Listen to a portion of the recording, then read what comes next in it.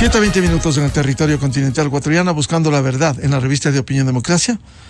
Queremos dar la bienvenida a nuestros siguientes invitados para hablar de un tema que debiera ser materia de preocupación en el país. Lastimosamente, es indiferencia que le lleva al país a entregar los destinos del Ecuador en quienes o ya disfrutaron, hicieron tanto daño desde el poder, o quienes aspiran a llegar al poder.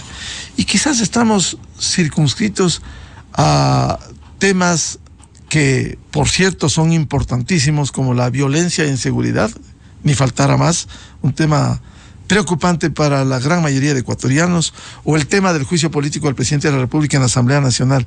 Pero hay otros temas que no podemos perder de vista. Y por ello nuestra intención, poner en debate, en escena, la renovación parcial y el futuro del máximo organismo electoral del país, el CNE.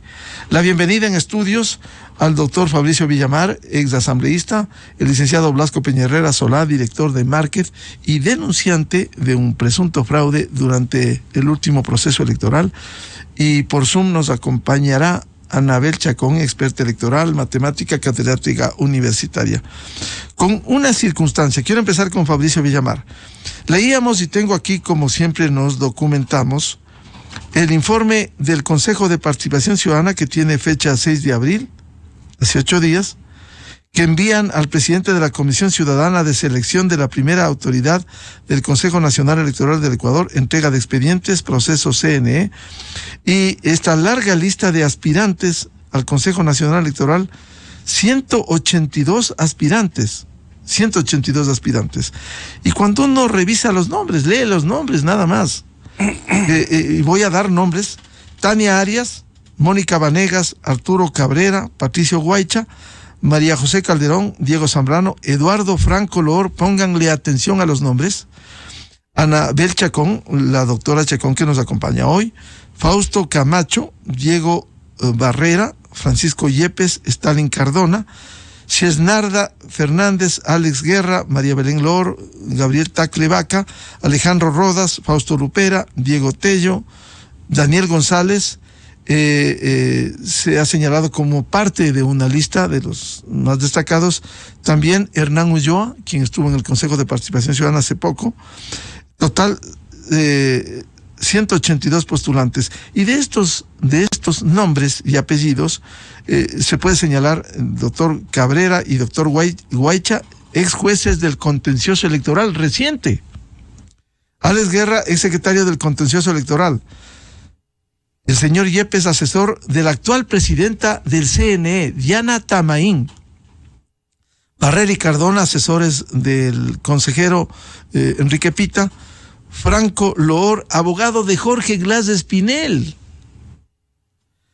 Mónica Vanegas, quien fuera consejera del Consejo de Participación Ciudadana. Calderón y Zambrano, exdirectores del Instituto de la Democracia del CNE. Diego Tello, exdirector de Procesos Electorales. Fausto Camacho fue miembro del Tribunal Supremo Electoral y del Consejo Nacional Electoral. Y otros nombres que pudiéramos señalar: Alejandro Rodas, quien fue candidato a concejal de Quito. Estos nombres están en la lista. ¿Le llama la atención, doctor Fabricio Villamar, en este contexto, cuando se ha denunciado la toma del Consejo de Participación Ciudadana temporal y el definitivo que se posesiona en mayo, la toma del Consejo de la Judicatura y ahora la toma de lo que se va a nombrar esta renovación parcial del máximo organismo electoral? Muy buen día. Buen día, Miguel, Blasco, y con quienes tienen la gentileza de escucharnos esta mañana. Me parece que valdría la pena darnos cuenta de que en el Ecuador nos hemos vuelto relativamente monotemáticos y que mientras estamos nosotros en la discusión o del juicio político o de la inseguridad, hay cosas que están pasando y que podrían pasar inadvertidas a menos que se levanten las banderas necesarias, ¿no? El hecho de que existan 182 postulantes obedece en primer lugar a la laxitud de las de los requisitos que se establecen para la calificación de quienes podrían integrar el Consejo Nacional Electoral. Que básicamente los requisitos son que sea una buena persona, es decir, que no tenga sanciones, que no tenga, qué sé yo, glosas emitidas por la Contraloría, que no haya sido condenado por delitos, que tenga los requisitos académicos, etcétera. Pero evidentemente esto no es solamente un proceso de nombramiento, es un proceso de captación de poder. Y me parece que así es como hay que entenderlo, porque en la medida de que uno revisa los nombres que usted ha presentado, Miguel, es evidente que muchos de los participantes en este proceso de selección ya tienen antecedentes políticos. Pero vale la pena recordar que cuando se hacía toda la reforma constitucional de este país, lo que se decía es que el Consejo Nacional Electoral no debía estar en manos de quienes eran, no debía ser controlado por a quienes va a controlar. Y en la práctica no es así. Tan no es así que muchos de los miembros evidentemente tienen una vinculación determinada con alguna tendencia política en el país. Es innegable la vinculación del vocal Cabrera, o la vinculación de la presidenta Tamaín, o la vinculación de la señora Estela Cero a diferentes tiendas políticas. Entonces, vale la pena entender que el discurso es diferente de la realidad. Y esta segunda etapa, que es una etapa de renovación parcial, lo que va a determinar es cómo se mueven las mayorías en función de la captación del poder de la República. El primer paso ha sido la captación del Consejo de Participación Ciudadana, una institución que por 3 o 4 ocasiones desde la Asamblea a varios legisladores intentamos en algún momento sustituirla en el sentido de que no tiene razón de ser, porque enmascara lo que realmente sucede. El Consejo de Participación Ciudadana es cualquier cosa menos ciudadano. Es un espacio de elección delegada de la política. Pero tiene gran poder. Tiene gran poder. Es que es precisamente eso. El gran poder que tiene está enmascarado porque se supone que sería de ciudadanos. Mentira. Acuérdese la última elección, pero si hacían campaña con la camiseta, y el Consejo Nacional Electoral no dijo absolutamente nada. Entonces, este es un proceso, es una secuencia de actos que determinarán la toma absoluta del poder por una de las facciones que está en contienda en este momento. Bienvenido al licenciado Blasco Peña Herrera. ¿Cómo ve este proceso? ¿Es normal, común y corriente, o debiera preocupar a los ecuatorianos con estos nombres que han sido puestos en la lista de candidatos?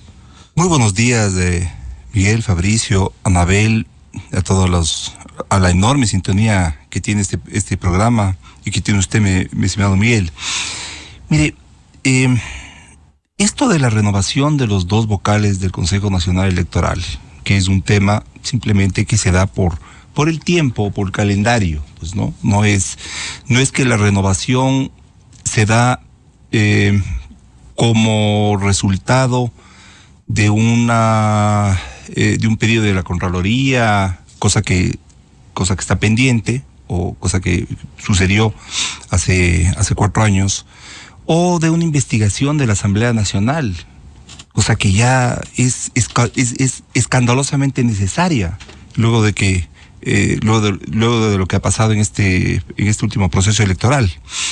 No, se da simplemente por un calendario. Entonces, vamos a asistir a una renovación de 2 vocales que, entendiendo ahora mucho más que nunca, porque en estas 10 semanas posteriores del 5 de febrero me he dedicado a analizar a profundidad no solamente lo que sucedió el 5 de febrero, sino la estructura del Consejo Nacional Electoral, cómo funciona tanto el Consejo como el Tribunal Contencioso Electoral, las fuerzas y los intereses que están ahí, que son, como decía Fabricio, políticos, y usted también, políticos, cosa que no deberían ser, porque el Consejo Nacional Electoral debería ser o debería estar constituido por personas que actúen como jueces independientes, ¿no? Entonces su conformación debería ser, su nombramiento y con su conformación y su nacimiento debería ser distinta. Digo, pero va a haber una renovación parcial de estos dos consejeros, dejando a un lado, ¿no?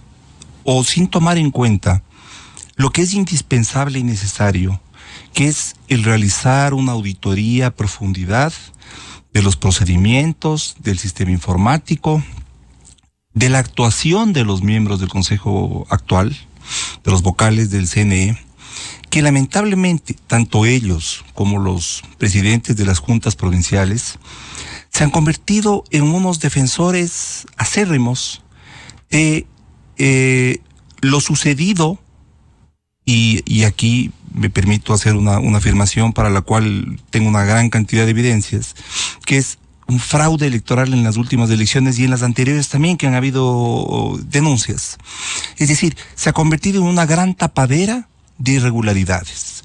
En lugar de ofrecernos certezas, el Consejo Nacional Electoral y los vocales y los directores provinciales y los presidentes de las juntas provinciales se han convertido en unos defensores de lo que sucedió, cuando lo que sucedió es muy malo, es terrible. En esta última elección, mi querido Miguel y todas las personas que nos escuchen, se desbordó el fraude. Es decir, pasó en el Ecuador todo lo que podía haber pasado de manera fraudulenta, vamos a decir. ¿Y por qué pasó? Porque las agrupaciones políticas, porque los partidos políticos no tuvieron la precaución de realizar control electoral. Entonces, lógicamente, bueno, ¿es obligación de ellos, es responsabilidad de ellos? Sí, pero la responsabilidad principal está en las autoridades. Nosotros tenemos que confiar en quienes organizan el proceso electoral, que inicia con la convocatoria de las elecciones, con el periodo de inscripciones, con la campaña electoral, con las elecciones y con el sufragio y posteriormente con la proclamación de los resultados. Entonces, no habiendo quien proteja la democracia, que es indudablemente el activo más importante junto a la libertad que tenemos los ecuatorianos o que tiene cualquier sociedad civilizada, no habiendo autoridades que protejan eso, tampoco hubieron organizaciones políticas que protejan sus votos o que protejan o que comparticipen en este proceso. Y pasó lo que pasó. Y esperamos pues que en estas últimas semanas que nos quedan, luego de haber presentado una enorme cantidad de evidencias de las cosas más absurdas. Por poner un ejemplo, hay en la provincia de Guayas, en varios cantones de esa provincia y en otros cantones de otras provincias, no coincide el número de sufragantes en las diferentes elecciones que tuvimos o que vivimos el día 5 de febrero.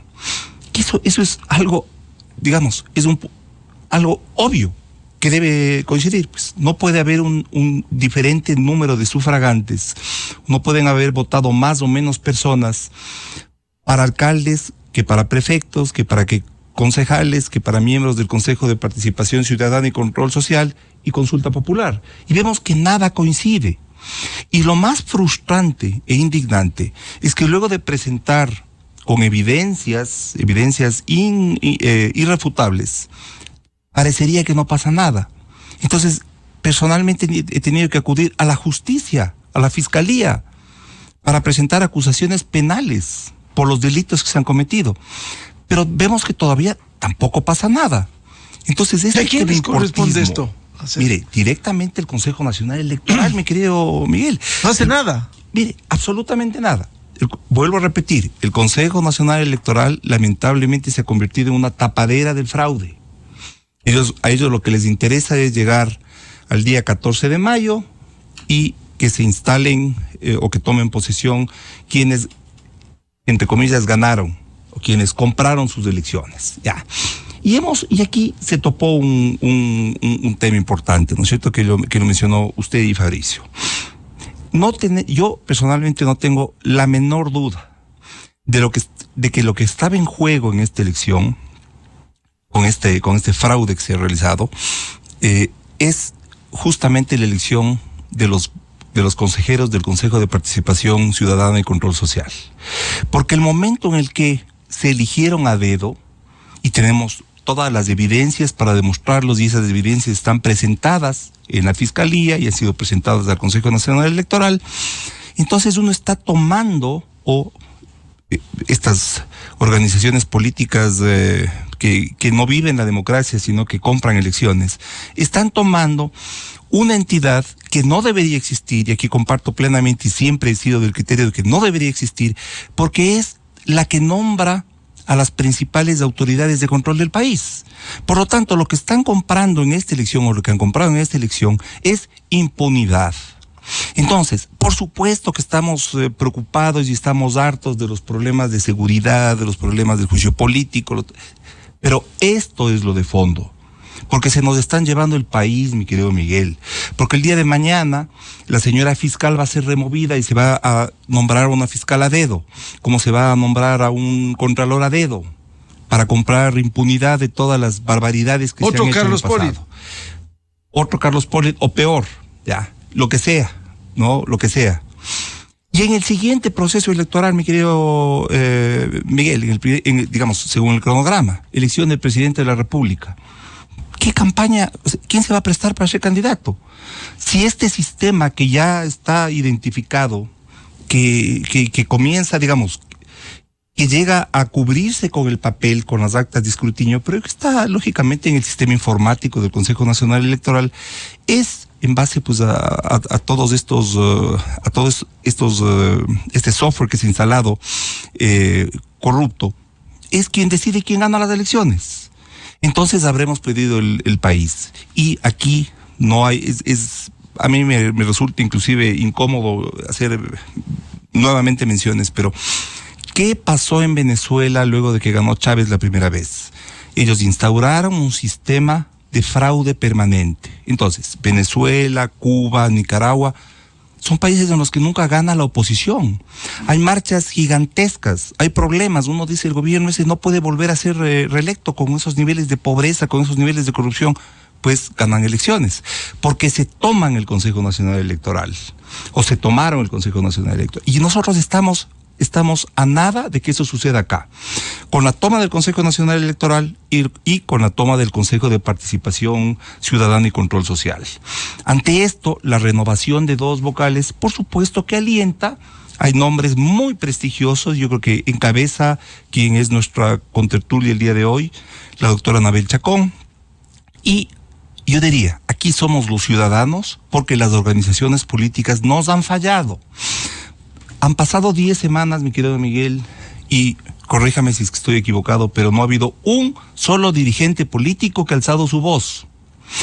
Les han robado las elecciones importantísimas, que son las seccionales, prefectos, alcaldes en todo el país. Y no ha habido un solo dirigente político que ha dicho, esta boca es mía. El único que hizo una denuncia tibia fue el vicepresidente del Consejo Nacional Electoral, que se conformó posteriormente cuando se hizo un reconteo de unas actas que él vio que estaban siendo falsificadas. Porque él participó, lógicamente, en esta visita sorpresa. Y eso se archivó. Denunció, la Fiscalía actuó, ¿no es cierto? Hubieron algunos ciudadanos presos, pero eso es dentro de lo penal. ¿Cuál fue la subsanación del Consejo Nacional Electoral? Volver a contar las actas. Se cometió un delito, por favor. Y el vicepresidente del Consejo Nacional Electoral lo vio y se quedó callado. Entonces yo no entiendo, señor Pita, qué es lo que hace ahí siendo vicepresidente del Consejo Nacional Electoral. Él está siendo cómplice de lo que está sucediendo ahora, habiendo él denunciado públicamente. Claro. Porque al menos la ingeniera Tamaín, al menos la ingeniera Tamaín no ha dicho que, bueno, inicialmente dijo que habían como 60,000 actas con inconsistencias, ¿no? 60,000 actas hay 45,000 actas en total en el país. Claro, como hubieron varias elecciones, porque elegimos tuvimos varias dignidades y consulta, pero 60,000 es una bestialidad. Ella inicialmente hablaba de actas sin firma. Actas sin firma. Hubo más del 30% de las actas de escrutinio sin firma. Eso, tomándose de un resquicio de la ley, subsanaron mediante un proceso de reconteo. Increíble. Pero esto que yo he venido denunciando, el hecho de que no coincide el número de electores, no dicen nada. Y no hay ninguna autoridad que les obligue a que respondan. Entonces, mire, yo creo que si es que se eligen a 2 buenos consejeros, habremos avanzado. Pero aquí un llamado a la Asamblea Nacional, ¿no? Están muy preocupados del juicio político al presidente de la República, que a mi modesto criterio es intrascendente, porque no cambia en nada la realidad que tenemos. Que sigan adelante con ello.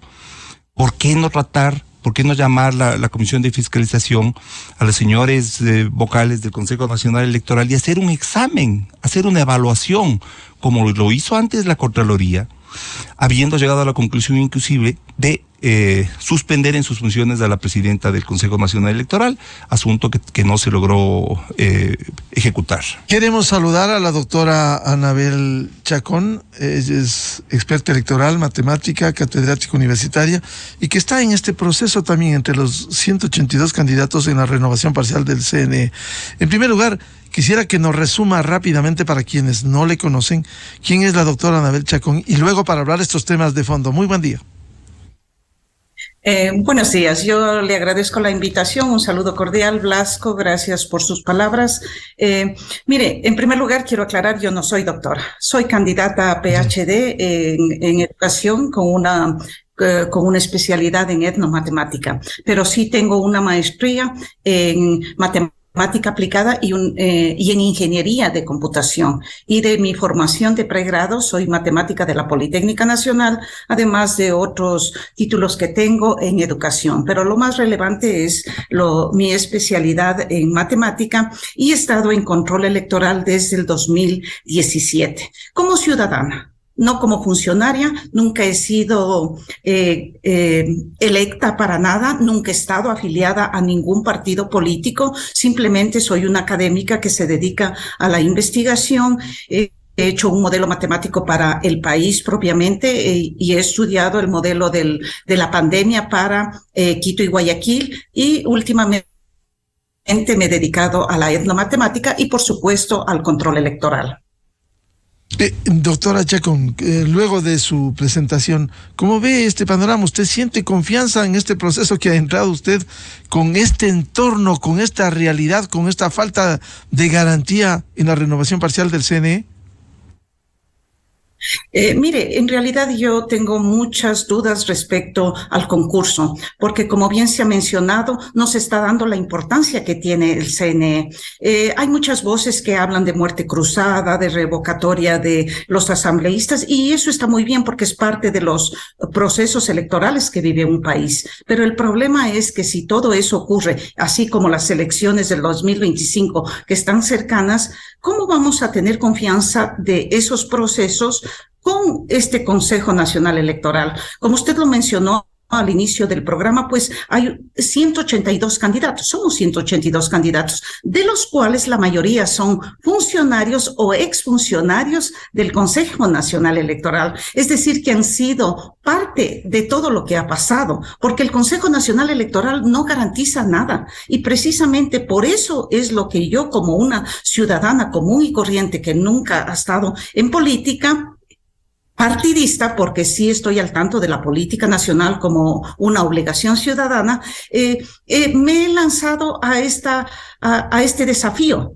de ser parte del Consejo Nacional Electoral, porque desde el punto de vista técnico hay muchas falencias que también ha mencionado Blasco. Precisamente yo pertenezco al Observatorio Ciudadano de Control Electoral, en donde hicimos un informe respecto a todas las inconsistencias que habían. Entonces es indignante porque no es la primera vez y no se da la importancia que tiene, porque esta es la joya de la corona en la democracia, es la organización que garantiza la democracia y no se está dando la importancia. Tal es así que, aparte de los candidatos que hay en el concurso, como usted ha mencionado, por ejemplo, por darles un nombre, el señor Francisco Yepes, que es asesor de la presidenta Diana Tamaín, y no solo eso, su esposa también es asesora. Entonces se están convirtiendo el CNE en una agencia de empleos, de amigos, de familiares que están participando. La esposa, permítame, doctora, la esposa del señor Yepes, asesor de Diana Tamaín, ¿también trabaja allí?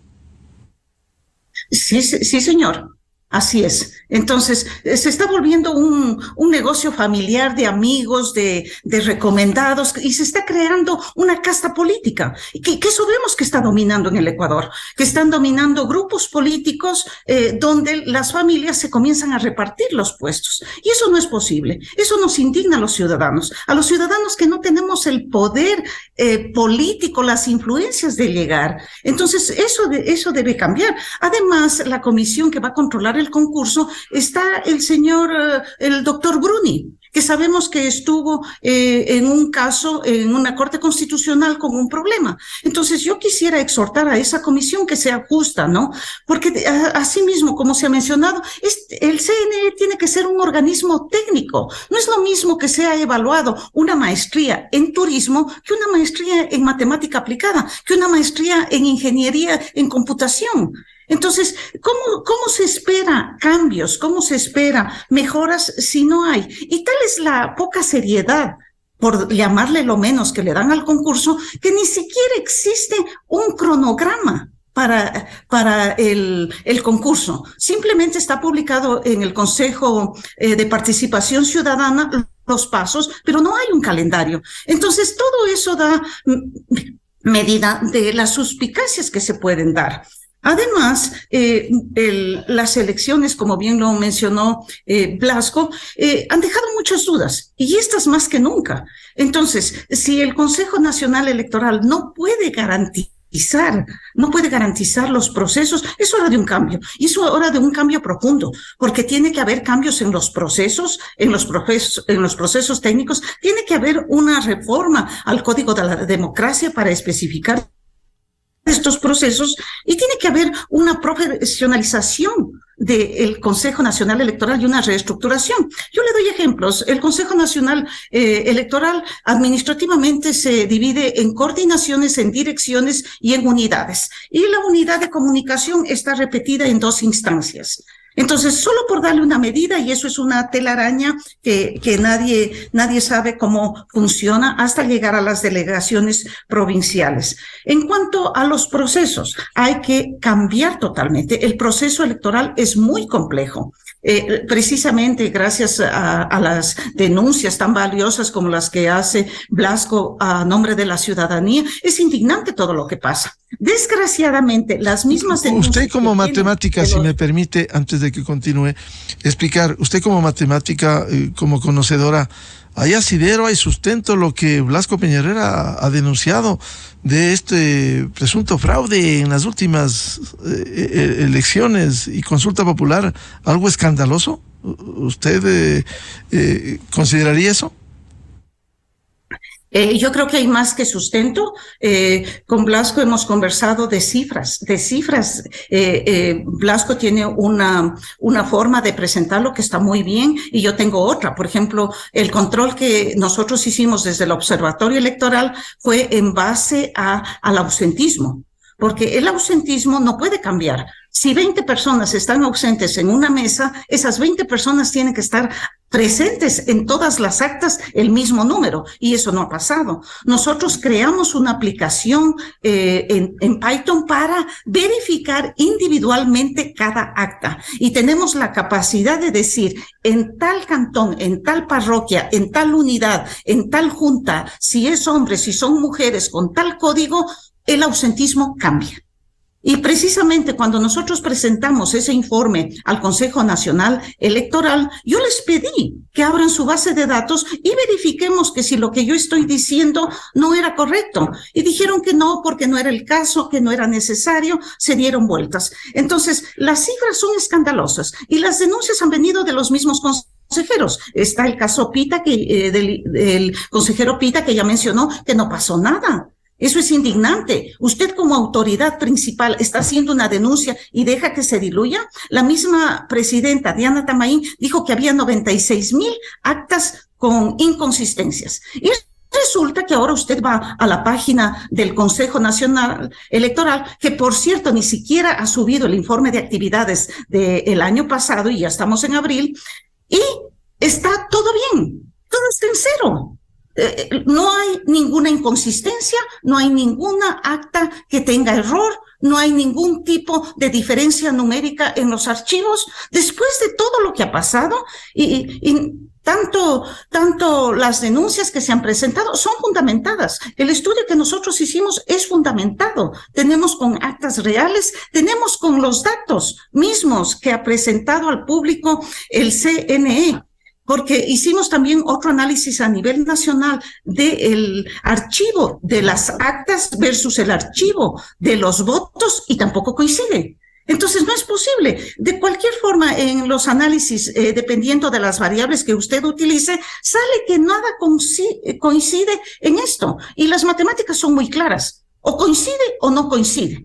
No hay juegos, no hay intermedios, ¿no? Entonces, precisamente por esto, el CNE tiene que ser un organismo técnico, tiene que volverse a garantizar transparentemente. Hay que entrar ciudadanos que no tengamos condiciones políticas, partidistas, ni nos debemos a nadie, porque hay que reconocer que los 5 consejeros actuales tuvieron el auspicio de partidos políticos para ingresar a esas posiciones. Bien, con esta explicación que nos ha dado la doctora, magíster Anabel Chacón, Fabricio Villamar, bueno, ¿hacia dónde caminamos con este concurso cuando la preocupación no solo debe estar, como se ha señalado esta mañana, sino en la estructura instalada en el máximo organismo electoral? Y como pasa el tiempo, aquí hay una disposición en el Código de la Democracia que no se pueden hacer reformas un año antes de las elecciones.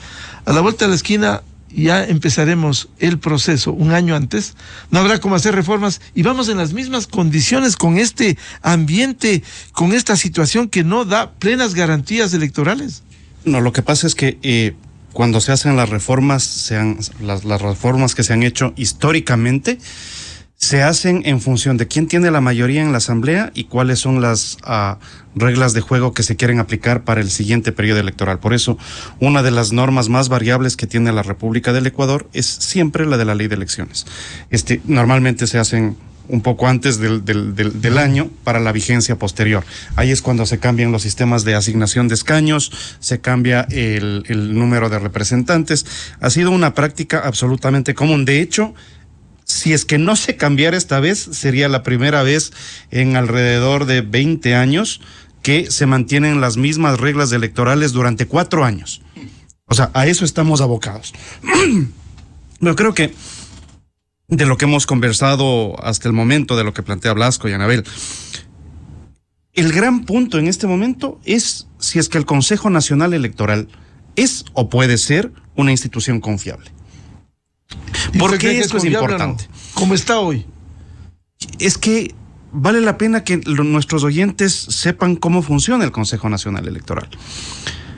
Cada delegado, cada miembro del Consejo Nacional Electoral tiene un pedazo de pastel del control administrativo. Entonces, el señor Pita tiene capacidad de nombrar X presidentes provinciales de la República.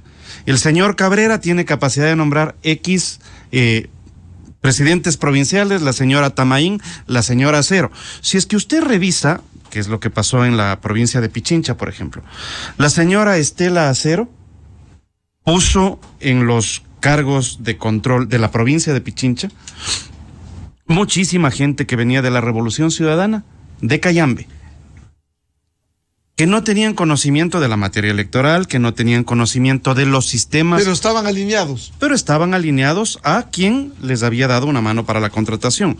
Cuando se necesitaba veedores, los veedores venían de Cayambe y se los ubicaba en todos los puestos. Es parte de las cosas que habían sucedido. Pero esto es meramente ejemplificativo. El gran tema aquí es si es que el Consejo Nacional Electoral es o no es confiable, y si es que su designación es o no es transparente. Me parece que eso engloba la discusión. Y básicamente el grave problema que se tiene es que la selección, como se había venido haciendo en la República hasta el año 2009, era un proceso que se daba en la Asamblea, en el Congreso, pues. La lógica, bueno, o sea, cada partido que superaba el 5% podía tener un representante en el Consejo Nacional Electoral. Así es, en el Tribunal Supremo Electoral de esas épocas. Así es como esto funcionaba. Ahora, lo que usted tiene es un sistema enredado, un sistema que oculta información. Pero es un sistema que cuando personas que son más acuciosas en la investigación comienzan a desenmarañarlo, encuentra lo que Anabel y Blasco han contado el día de hoy. Lo uno es el tema de los resultados electorales, que no es la primera vez que existen dudas respecto de qué es lo que pasó en unas elecciones, pero sí es la primera vez en donde hay una denuncia presentada por un funcionario del Consejo Nacional Electoral que luego se desdice, porque resulta que eso debilita muchísimo no solo su credibilidad personal, sino adicionalmente esto de levantar el avispero, decir aquí hubo fraude y después no, aquí no ha pasado nada, no es bueno ni para la persona que denuncia ni para la confianza en las instituciones. ¿Qué es lo que me preocupa a mí? Que en este proceso al cual los ciudadanos no le están prestando atención, porque están en otra discusión que no deja de ser importante, pero que esta invitación de esta mañana de lo que nos lleva es a pensar que cómo se va a conformar el poder de futuro. Es decir, no es poca cosa de lo que estamos discutiendo. Podría volver a tener un Consejo Nacional Electoral en donde la excepción sean estos ciudadanos que son capaces, que tienen un historial, que son incorruptibles, y la regla sea quienes tienen una vinculación y que pueden, por las oscuridades de la ley, torcer los mecanismos. Lo que plantea Blasco es absolutamente cierto. Cuando se tiene un 30% de actas en una determinada circunscripción sin firma, lo que abre la puerta es para que el Consejo Provincial Electoral sea el que abre esas actas después, y ahí es cuando la magia sucede. Esto es lo que ha pasado siempre. Pasó en estas elecciones, pasó en las presidenciales anteriores, pasó en las de la alcaldía anterior, pasó en las que se nombró a Lenín Moreno como presidente. Entonces, esto ocurre. ¿Cuándo no ocurre? Cuando la diferencia es suficientemente fuerte como para que el microfraude no rinda efecto. ¿Cuál es el riesgo? La cancha inclinada. A las personas que nos están escuchando, muchos de los cuales en un momento determinado nos acompañaron, por ejemplo, a las Shiris para presionar al Consejo Nacional Electoral, para que haya transparencia, para que se revise bien los votos, porque en la elección en la que en la primera vuelta, ustedes recordarán, parecía que ganaba Moreno.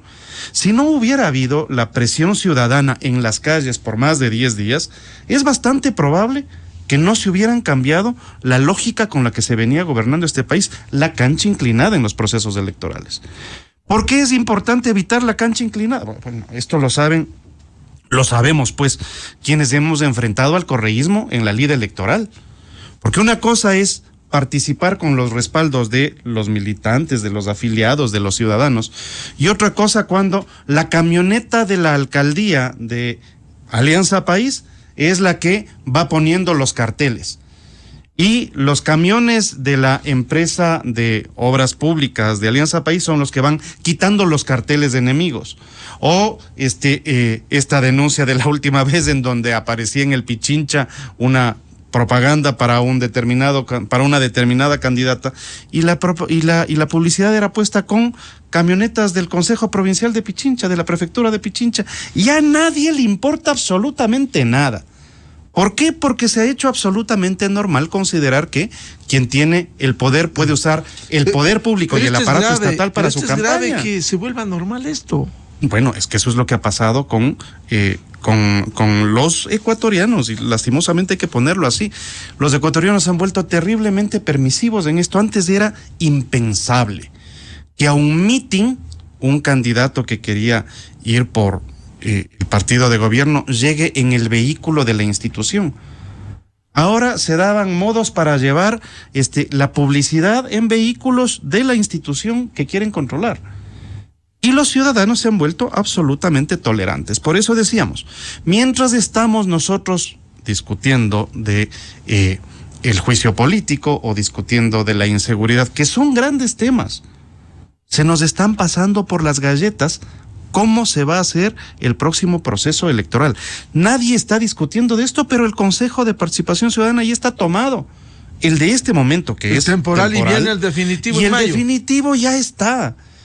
Pero acaban de agarrar y acaban de desconocer las decisiones del anterior Consejo de Participación Ciudadana. Y a nadie le ha importado absolutamente nada.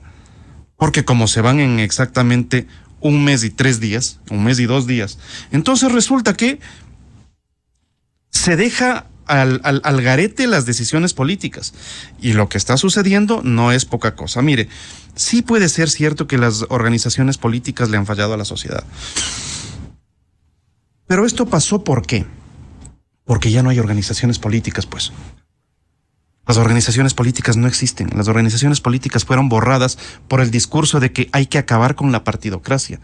Y en el proceso de acabar con la partidocracia... Se borraron, unas se reinstalaron y otras proliferaron. 272 movimientos. Pero es que eso es parte de lo que sucedió. Mire, las organizaciones políticas preexistentes hasta el año 2009 no eran instituciones perfectas.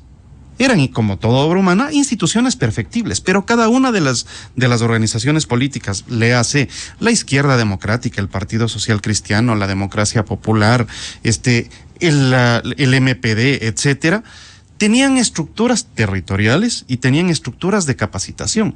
Y por lo tanto existía de alguna manera un vínculo con la ideología. Y al que le diga que las ideologías no existen en la política, realmente le está metiendo un cuento. Existe la ideología y hay que pelear porque la ideología sea la que gobierna, para que usted tenga certeza de qué es lo que defiende el partido por el que usted está votando. Déjeme ponerlo de la siguiente manera. Quienes se autodefinen correístas, por ejemplo, no se definen por una tendencia política, se definen por lo que va a decir el líder. Por eso habíamos conversado un par de veces antes de que el correísmo es básicamente la tropicalización del peronismo a la ecuatoriana. Porque Perón podía ser de izquierda, podía ser de derecha, de acuerdo a las necesidades de su grupo y suyas propias. Y lo mismo pasa con el correísmo. Enceguecidos por el populismo. Pero no solo eso, enceguecidos por el poder, porque el poder da prestigio, control y recursos. Eso es lo que está en juego en este momento.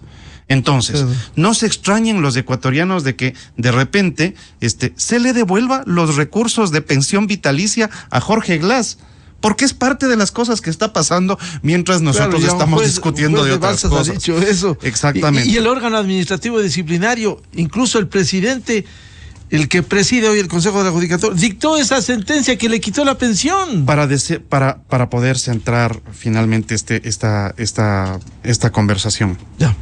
Evidentemente, las organizaciones políticas tienen que reconstituirse y tienen que ser organizaciones ideológicas y tienen que tener raigambre popular y tienen que tener militantes.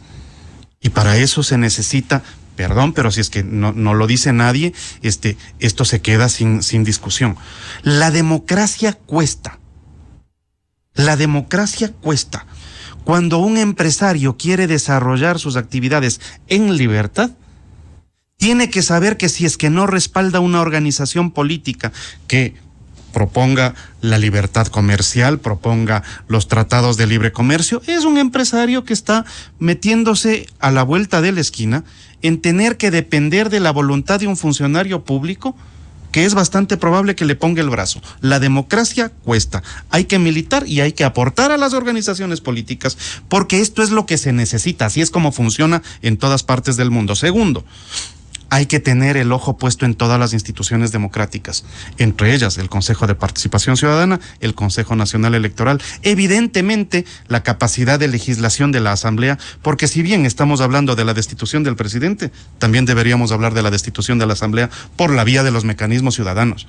O sea, si es que es una Asamblea que no está produciendo y que se dedica a nombrar que el día de hoy es el día del cevichocho y en función de eso hay que aplaudirles, por el amor de Dios, esa Asamblea también tiene que irse a la casa. El licenciado Blasco Peñarera, ¿qué hacer? Su denuncia gravísima que formuló está allí. Sin embargo, este concurso avanza y se van a tomar de nuevo el Consejo Electoral, vendrán elecciones, a lo mejor en un escenario de la muerte cruzada, en un escenario constitucional posible, este CNE ya va a estar instalado para las elecciones adelantadas. estimado Miguel, a la brillante, yo diría, a la brillante presentación o al brillante análisis de Fabricio, porque realmente él ha hecho un recorrido por todo lo importante, por todas las instituciones importantes que conforman el sistema democrático, más bien dicho, el Estado de Derecho, ¿cierto? A eso yo me permitiría solamente subrayar en algo que me parece lo más importante dentro de todo lo importante que mencionó, y es la responsabilidad de los ciudadanos, mi querido Miguel. En espacios como este, tan prestigiosos y tan escuchados, solemos venir sus invitados por lo general a proponer, pero también a denunciar, y tal vez sea la cosa al revés, a denunciar y a proponer, ¿no? Y en este caso, pues a mí me ha tocado en esta elección en la que yo me di cuenta de que algo absolutamente extraño sucedía, investigar y denunciar. Pero los ciudadanos tenemos que proponer y tenemos que participar, y eso es lo que Fabricio Villamar nos dice. Y cuando él dice la democracia cuesta, él dice que el sacrificio que las personas tenemos que hacer para dedicarnos a construir o a reconstruir un sistema que funcione y que sea, lógicamente, pues el más cercano a un sistema democrático sustancial, eso tiene que partir de los ciudadanos. Fabricio nos hace, y lo propio usted pues nos dice, a ver, ya no existen organizaciones políticas. Antes existían, sí, existían, por supuesto. Llegó el gobierno del economista Rafael Correa, se satanizaron a las organizaciones políticas y comenzó una etapa de declive, ¿no? Bueno, hay que reconstruirlas porque no existe un sistema democrático sin organizaciones políticas fuertes, bien fondeadas, con participantes que puedan proponer cambios importantes en base a sus diferentes visiones que tienen del desarrollo de nuestro país y de la cosa pública. Esto parte de la importancia vital, urgente, de la participación de los ciudadanos en la administración de nuestro país en las actuales circunstancias, porque yo creo que aquí todos estaremos de acuerdo en esta percepción que tenemos que el país se nos cae a pedazos, que existe un gobierno, que existe un ejecutivo que lamentablemente se encuentra totalmente obstaculizado y en muchos casos obstaculizado por sus propios errores, y que existe un poder legislativo que lo que está haciendo permanentemente es poniendo más obstáculos y no ofreciendo soluciones. Esa es la realidad, y que existe un ente como el Consejo Nacional Electoral que a mi criterio se ha convertido simplemente en una tapadera de fraudes y un organismo permisivo que inclusive yo no quiero hacer una aseveración como que los vocales son quienes organizan esto, pero lo permiten indudablemente el momento en el que no realizan, no toman acciones firmes. Y tenemos una función judicial que está corroída, y tenemos una función legislativa en la que nadie cree. ¿Cómo podemos cambiar las cosas? Con participación y más participación, con diálogo y más diálogo. Pero digamos, eso es en el mediano plazo. Eso es si es que tenemos 6 meses, porque si es que se habla de una convocatoria a elecciones anticipadas, serán 6 meses y tendremos nuevas elecciones presidenciales en las cuales cualquier cosa puede pasar. Y si es que se sigue utilizando el mismo sistema permisivo y permeable que tenemos ahora, lo más probable es que alguien que sea designado a dedo, representante de este neopopulismo, sea quien gobierna el Ecuador, y posiblemente ahí sí tengamos décadas de la instauración de una dictadura. El fantasma de Venezuela, Nicaragua y Cuba está allí. Yo diría que ni siquiera es un fantasma, mi querido Miguel, ¿no? Es un actor absolutamente presente, que cada vez ha tomado más fuerza. Mire, lo que comenzó en el Foro de Sao Paulo. Ya aprendieron. Ya no sueltan el poder. Exacto. ya no van a cometer el error que cometieron en Pregunto, el poniendo 2017. incluso en duda la dolarización, ¿qué tanto aprecia el Ecuador? Yo no creo que la dolarización, porque digamos, yo no creo en la dolarización porque la dolarización es tal vez sea más popular que el populismo, ¿no? Pero, digamos, es la toma de todo, es la pérdida de la democracia y de la libertad, que son los dos activos principales que tenemos los ciudadanos. Entonces, ese fantasma, que puede decirse ese fantasma, ese actor que está aquí, ¿no? En América Latina, que se reeditó luego de una primera parte que nació en la primera versión del Foro de Sao Paulo y que ahora prácticamente ha tomado todos los países latinoamericanos y ya vemos que comienzan a funcionar nuevamente de manera estructural, ¿no? De manera orgánica, porque nuevamente están hablando de la UNASUR y nuevamente están hablando de una moneda, que es lo que usted mencione, nuevamente están hablando de una moneda regional, ¿ya? Que posiblemente son cantos de sirenas, pero eso está presente, eso está aquí, ¿no? Lo vemos muy distante, porque tenemos una memoria muy frágil, porque pensamos que nos libramos del correísmo, porque pensamos que tenemos mucha suerte porque al Ecuador no le va a volver a pasar. Nos va a volver a pasar. Vamos a volver a caer en las manos y en las garras de un gobierno que nos va a quitar la libertad y la capacidad de crear y la capacidad de vivir en democracia. Y que vamos a tener que vivir no una década, sino cuantas décadas quieran, cuantas décadas permitamos bajo este sistema. Entonces, todo esto está en juego. Todo esto está en juego. Entonces, qué importante hablar del tema electoral, porque indudablemente el populismo, este populismo tenebroso, que ya lo sentimos y que ya lo vivimos acá, necesita de la función electoral para convalidarse, para llegar al poder y para mantenerse.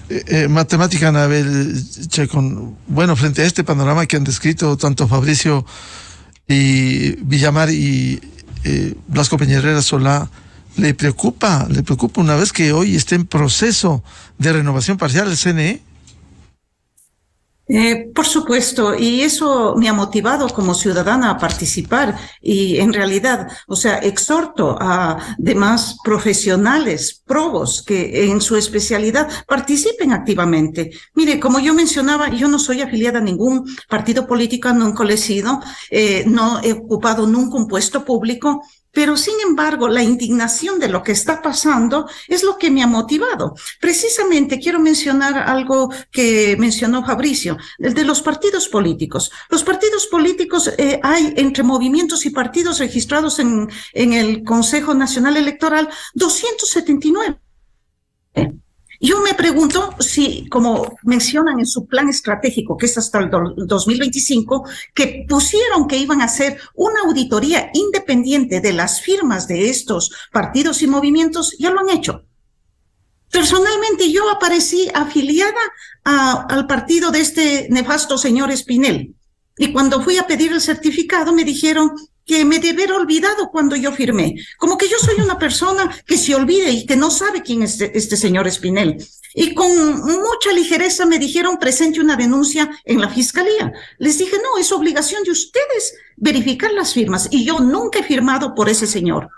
Y me dijeron también, desafíliese así, todo se toma muy a la ligera, muy rápido. Y yo les dije, no, me voy a desafiliar porque desafiliarme significaría aceptar que en algún momento me afilié.